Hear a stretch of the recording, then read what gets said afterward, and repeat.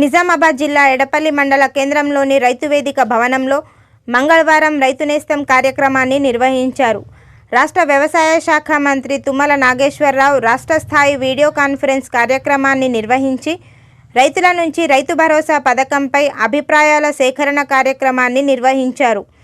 జిల్లాల వారీగా రైతులు తమ అభిప్రాయాన్ని వ్యక్తం చేయగా ఎడపల్లి మండల కేంద్రానికి చెందిన రైతు ఆకుల శ్రీనివాస్ తన అభిప్రాయాన్ని వ్యక్తం చేశారు. రైతు భరోసా పథకం కోసం రైతుల నుంచి రాష్ట్ర వ్యవసాయ శాఖ మంత్రి అభిప్రాయాలను తీసుకోవడం హర్షణీయమన్నారు. అనంతరం జిల్లా వ్యవసాయ శాఖ అధికారి వాజిద్ హుస్సేన్ మాట్లాడుతూ జిల్లాలోని 4 నియోజకవర్గాల్లో రైతు నేస్తం వీడియో కాన్ఫరెన్స్ కార్యక్రమాన్ని నిర్వహించడం జరిగిందన్నారు. రైతు భరోసా అమలుపై రాష్ట్ర వ్యవసాయ శాఖ మంత్రి రైతుల నుంచి అభిప్రాయాలను సేకరిస్తున్నారని పేర్కొన్నారు.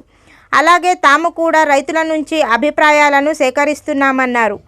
ఈ కార్యక్రమంలో బోధన్, ఎడపల్లి, రేంజల్, కోటగిరి మండలాల ఏవోలు సంతోష్, సిద్దిరామేశ్వర్, లక్ష్మీకాంత్ రెడ్డి, శ్రీనివాసరావు, ఏఈఓలు, రైతులు, కాంగ్రెస్ పార్టీ నాయకులు తదితరులు పాల్గొన్నారు.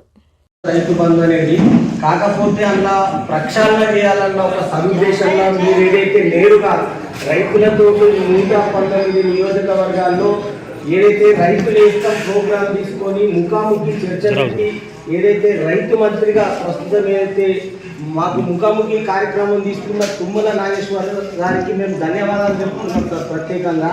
ఎందుకంటే రైతులు ఏం ఆలోచిస్తున్నారు కింది స్థాయిలో ఈ రైతు భరోసా బంధు పథకం అనేది ఏ విధంగా చేస్తే బాగుంటుంది అనేది మీరు స్వతహాగా నిర్ణయం తీసుకునే అధికారం ఉంది కూడా ప్రభుత్వంలో మా ద్వారా ఆలోచన సలహాలు తీసుకున్న ఆలోచన మాకు ఒక అవకాశం ఇచ్చింది చూడండి సార్. అది చాలా మంచిగా అనిపిస్తుంది సార్. ఏంటంటే గతంలో భూమి ఉన్న రైతులందరికీ ఇచ్చేసి 100 ఎకరాలు ఉన్నది, గుట్ట భూములు ఉండేవి, పడవ భూములు ఉన్నది, వారు వ్యవసాయం సాగు చేయకపోని అట్లా ఇచ్చి నిజమైన రైతుకు అన్యాయం జరిగిందంటున్నది. పంట పండించే రైతుకు వ్యవసాయం మీరు ఏదైతే సాగు చేసే రైతు భరోసా బంధు ఇస్తున్నారో అది హర్షించదగిన విషయం సార్. ఎందుకంటే గతంలో 10,000 రూపాయలు ఇస్తున్న దాన్ని మేము ఒక 15,000 వరకు పెంచాలని కోరుకుంటున్నాం. ఒకటి. రెండవది 10 ఎకరాల వరకు మీరు ఏదైతే నిర్ధారణ చేస్తే ఆ 10 ఎకరాల రైతుకు అందే విధంగా ఒక అవకాశం ఉంటుంది. మూడోది సార్, నాకు 100 ఎకరాలు ఉంటుంది కూడా నేను పెద్ద రైతును, కానీ నాకు 10 ఎకరాల వరకు కూడా ఇవ్వాలనే నిబంధన దయచేసి తీసుకోకండి సార్. 100 ఎకరాలు ఉన్న రైతు అంటే చాలా పెద్ద మోతుబారు రైతు అవుతాడు. ఆయనకు అటువంటి రైతు బంధు సాయం అందించకూడదని నా వ్యక్తిగత అభిప్రాయము.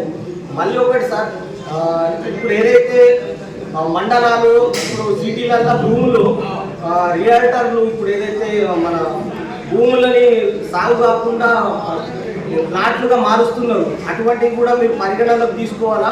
మనకు చాలా మటుకు తగ్గుతుంది. అంటే మనకు ఇప్పుడు నిజంగా ఒక 10 ఎకరాలకు తీసుకుంటే రైతుకు రైతు బంధు సాయం ఒక 10,000 నుంచి 15,000 వరకు పెంచితే మనకు లాభం అవుతుంది. మళ్ళీ ఒకటి, ప్రభుత్వ ఉద్యోగులు లక్షల రూపాయల జీతాలు చేసేటోళ్ళు కూడా వ్యవసాయ భూములు చాలా మట్టుకు ఉన్నాయి. ప్రభుత్వ ఉద్యోగం తీసుకుంటాడు, లక్షల రూపాయల జీతం తీసుకుంటాడు, వ్యవసాయం చేస్తాడు, రైతు బంధు తీసుకుంటాడు. నిజమైన రైతుకు రైతు బంధు మీరు ఇస్తున్నట్టు మరి ఆయనను కూడా బలోపేతం చేస్తున్నారు. అటువంటివి కూడా లెక్కలకు తీసుకోవాలా. ఇందాక ఒక పెద్ద మనిషి చెప్పిండు ఐటీ ఎక్కువ తక్కువ అనేది. సార్, చిన్న సన్నకారు రైతులు బిజినెస్ వ్యాపారాలు పెట్టుకుంటున్నారు. దాంట్లో ఐటీ రిటర్న్స్ బ్యాంకర్స్ చూస్తున్నారు. దాంట్లో వాళ్ళు చాకచక్యంగా ఎదుగుదల కోసం చేసుకున్న అటువంటి ఆలోచనలు మీరు ఐటీ రిటర్న్స్ పెట్టుకొని వాళ్ళ నడ్డి విరిస్తే మానసికంగా ఇబ్బందికి గురవుతాడు రైతు. ఒక్కటే 10 ఎకరాల వరకు ఖచ్చితంగా పెట్టండి, 15,000 రూపాయలు ఇవ్వండి. బీడు భూములు, పడవ భూములు, గుట్ట భూములు ఎవరైతే ఇప్పుడు రియల్టర్లు చేస్తారు, ప్లాట్ల అమ్మకాలు కొనుగోలు చేసుకుంటా భూములని పంట సాగుకు లేకుండా అటువంటి అన్ని గుర్తించి ఆ చెత్తనంతా ఏర్పారేయండి సార్. కాళ్ళు వ్యవసాయ పరంగా కాళ్ళు ఉంటాయి సార్, కాళ్ళు ఉండద్దు అనేది లేదు. కొద్దిగా దయచేసి గమనించండి. ఇక్కడ మీరు ఇప్పుడు ఐఏఎస్ ఆఫీసర్లు, రైతాంగానికి సంబంధించిన మినిస్టర్ ఆధ్వర్యంలో ప్రభుత్వము మంచి పథకం తీసుకున్నది.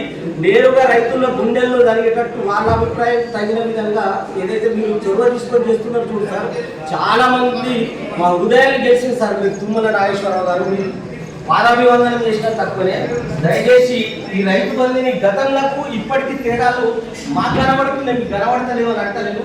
మీరు గమనిస్తున్నారు. తప్పకుండా మా పక్షాన